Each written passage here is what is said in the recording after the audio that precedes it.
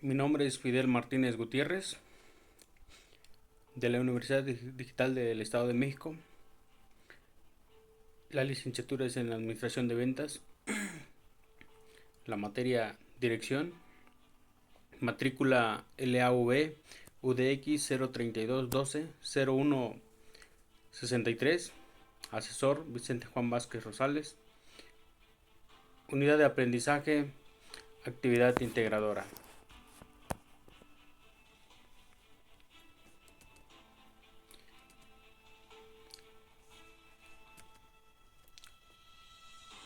Autoridad.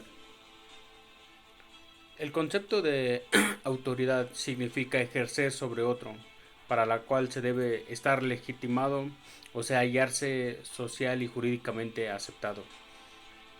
Hablamos de tiempos del Imperio Romano, que el Senado tenía o el llamado significado autoritas patrum, por la cual aprobaba la elección de un nuevo rey.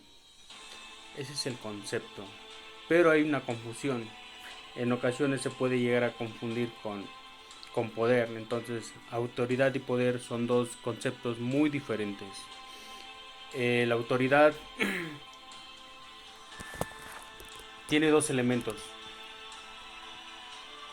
El elemento subjetivo, del cual se refiere a la aceptación de su autoridad y lo aceptan como un líder por carisma. El objetivo se refiere a la autoridad en virtud de que es impuesta y debe de verse como una figura autoritaria.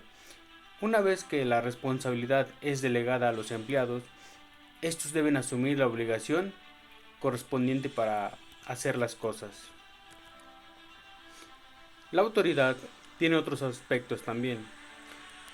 Estos aspectos son medios determinados que ayudan a mandar con más eficacia, y estos son la disciplina positiva, las recompensas, la disciplina negativa, la clasificación de los trabajadores, los sistemas de sugerencias, los sistemas de quejas, la entrevista. Esto solamente es un principio de distribución de autoridad y responsabilidad, del cual, que es un concepto de amplitud administrativa, se puede decir que es amplitud de mando, el cual se refiere a la cantidad de subordinados que un administrador puede supervisar. Cuando el jefe tiene muchos subordinados, su amplitud de mando es grande. En la práctica, la amplitud promedio que adopta la organización determina la configuración general de su estructura organizacional. Una amplitud promedio estrecha con un número grande de niveles jerárquicos produce una estructura vertical alargada. Por el contrario, una amplitud promedia larga con pocos niveles jerárquicos produce una estructura organizacional plana y extendida horizontalmente. Según Hobbes y Locke, en la doctrina del poder, hay principales exponentes, lo que daba lugar a la creación del Estado, definiendo este como la sociedad organizada en cuerpo político, o de otra manera, el poder nacido de la sociedad, pero que se coloca por encima de ella y se le impone.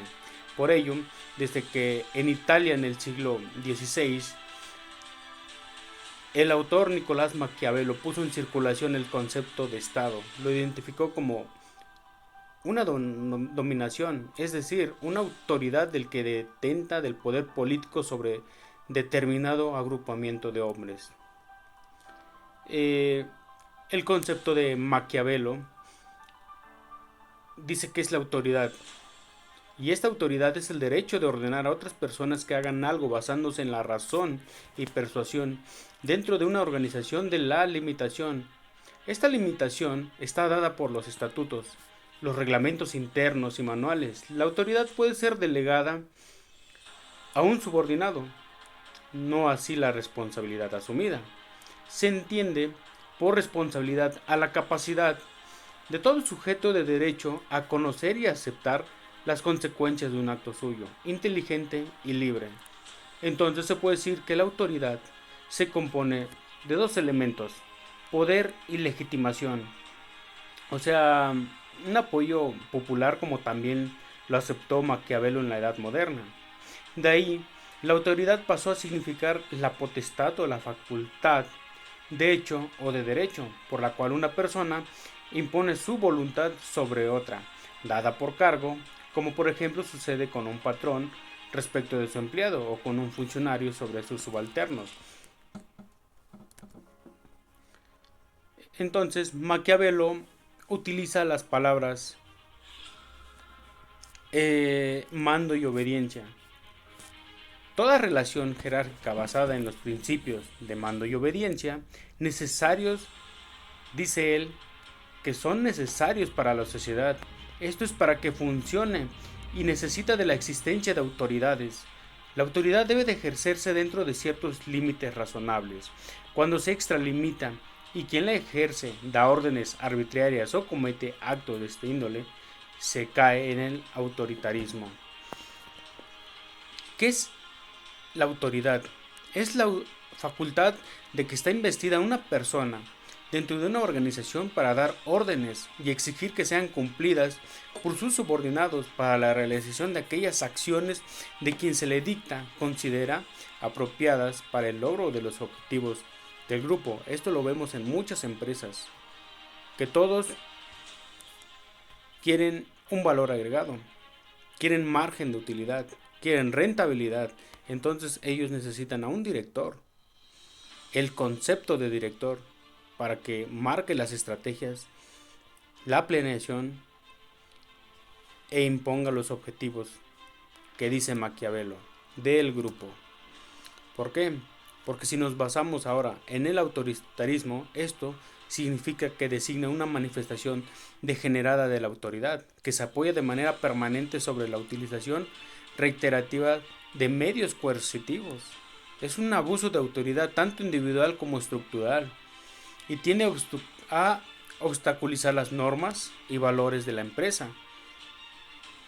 Este es un contexto prescriptivo. La aparición del autoritarismo contemporáneo nos dice que este resulta de un proceso de modernización que provoca la desaparición del orden y al mismo tiempo se muestra incapaz de llevar el poder en un modelo alternativo de dominación. Y esto es lo que afecta en muchas empresas. Tanto como puede haber autoridad con planeación o el autoritarismo, que le da una rotación a una empresa y eso tiene pérdidas. Es necesario tener la dirección. La dirección comprende la influencia interpersonal del administrador, a través de la cual logra que sus subordinados obtengan los objetivos de la organización mediante la supervisión, la comunicación y la motivación. Según Burr K. Scanlan, consiste en coordinar el esfuerzo común de los subordinados para alcanzar las metas de la organización. Y la importancia de la dirección es que pone en marcha todos los lineamientos establecidos durante la planeación y la organización. Se apega a lo que dice la empresa. A través de ella se logran las formas de conducta más deseables en los miembros de la estructura organizacional, que estamos hablando de lo que maneja capital humano. La dirección eficiente también es determinante en la moral de los empleados y consecuentemente en la productividad. Su calidad se refleja en el logro de los objetivos, la implementación de los métodos de organización y en la eficacia de los sistemas de control. ¿Por qué? Porque a través de ella se establece la comunicación necesaria para que la organización funcione y funcione como dice el marketing de sección amarilla, ¿no? Que funciona muy bien. Por eso es la importancia de la dirección. La dirección es la parte esencial y central de la administración a la cual se deben de subordinar y ordenar todos los demás elementos. En efecto, si se prevé, se planea, organiza, integra y controla. Esto es solo para realizar un bien. Una vez que se ha definido la planeación, una vez que se haya establecido la organización y más aplicado la integración, resta que las cosas marchen y sucedan. Y para que esto suceda no hay que dejarlo pasar. Este es el papel de la dirección imprimir acción y dinamismo a la empresa. Y si la dirección lo hace, pues con más razón los subordinados lo hacen. La dirección baja información. ¿A quiénes? Pues a los subalternos, hasta llegar al gerente, hasta llegar al más subordinado, quien esté más abajo. Esa es la gran importancia de la dirección. ¿Por qué? Porque también la dirección tiene etapas. Una integración, como su nombre lo dice, comprende la función a través de la cual pues un administrador elige y se llega de los recursos necesarios para poner en marcha las decisiones previamente establecidas para ejecutar los planes. Está la comunicación, está la motivación, toma de decisiones, supervisión. Pero ¿qué tal si hablamos de motivación, que es la labor más importante de la dirección y la más compleja? A través de ella se logra la ejecución del trabajo tendiente a la obtención de los objetivos, de acuerdo con los estándares o patrones esperados, que impone la misma empresa, la misma organización, para una integración, para una toma de decisiones, para una comunicación efectiva. Debe de haber supervisión. Son las etapas de la dirección. Y esas etapas brincan a tener habilidades directivas, en el cual debe de haber una habilidad conceptual, una habilidad humana, una habilidad técnica. ¿Y a qué se refiere conceptual? Pues se refiere a que debemos de analizar las tendencias, escenarios, los sucesos, prevenir cambios. Ahorita en la actualidad los cambios son muy importantes. No son cambios de antes, son cambios que nosotros tenemos que cambiar junto con la tecnología que se ha implementado. Y esto depende de la formación recibida, pero también de la capacidad del gerente para recibir esa información. Por eso es muy importante en los niveles altos de la estructura organizada. Y para esto debemos de tener líder y autogestión. Un liderazgo, y una autogestión muy importante. ¿Por qué? Porque el líder no es el jefe. El jefe tiene su manera de ver las cosas. El liderazgo o el líder tiene una visión diferente. Porque él es un modelo de rol que utiliza una consideración individualizada, que proporciona un sentido de dirección y anima la autogestión. El liderazgo es una red de colaboración enfocada en el proceso, dirigida mediante valoración, visión. Tiene una dirección, forma equipos y tiene una promoción de calidad, los cuales son atributos esenciales para el liderazgo. Y lo que dije antes, una integridad e independencia, una autenticidad. Debe de tener una responsabilidad, coraje y carácter. El líder directivo no solo debe poseer conocimiento pedagógico y administrativo, sino también una capacidad para poder conducir equipos de trabajo. Ese es el gran líder que se espera o que espera la estructura en una empresa. Ahora veamos qué es la autogestión. La autogestión se refiere a dirigirse a sí mismo y ser responsable de los resultados. Que nadie te ande correteando, que nadie te diga lo que tienes que hacer. Para un líder es necesario poseer cierto grado de habilidad y un alto nivel de capacidad de autogestión para poder trabajar bien en equipo. Esas cualidades necesarias para llegar a ser un empleado autogestionado. Eso quiere decir poseer las habilidades necesarias para dar retroalimentación a sus compañeros, para gestionar el desempeño de un equipo, para controlar el desempeño de cada individuo, para solucionar los problemas de cada área.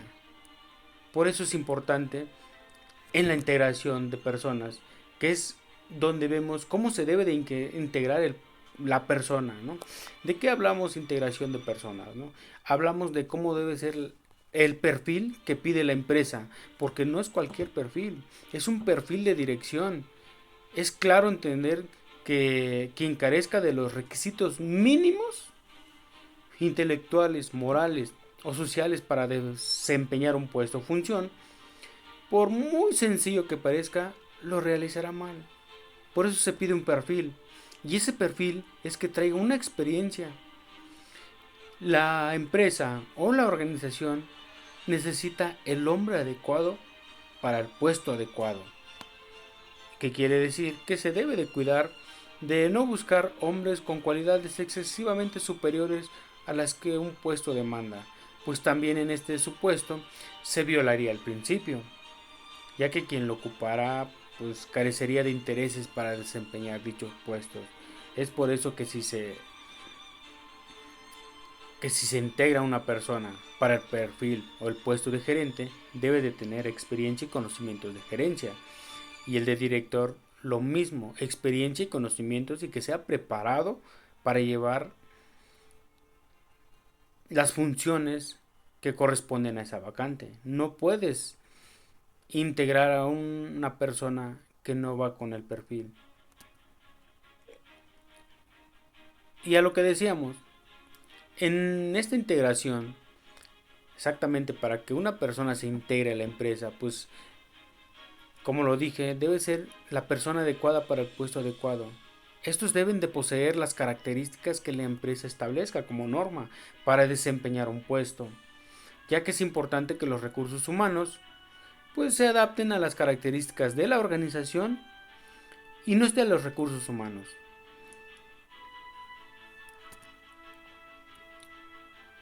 Esto conlleva a que debe de tener una toma de decisiones, y la toma de decisiones, lo sabemos, es una decisión, y en la decisión es la elección de un curso de acción entre pues, varias alternativas. Una de las funciones más valiosas del administrador es la toma de decisiones. De ahí la importancia en la fase de dirección, pues que se realice con eficiencia y eficacia. Dos palabras, diferentes significados. Esto es para alcanzar los objetivos que la misma empresa pone.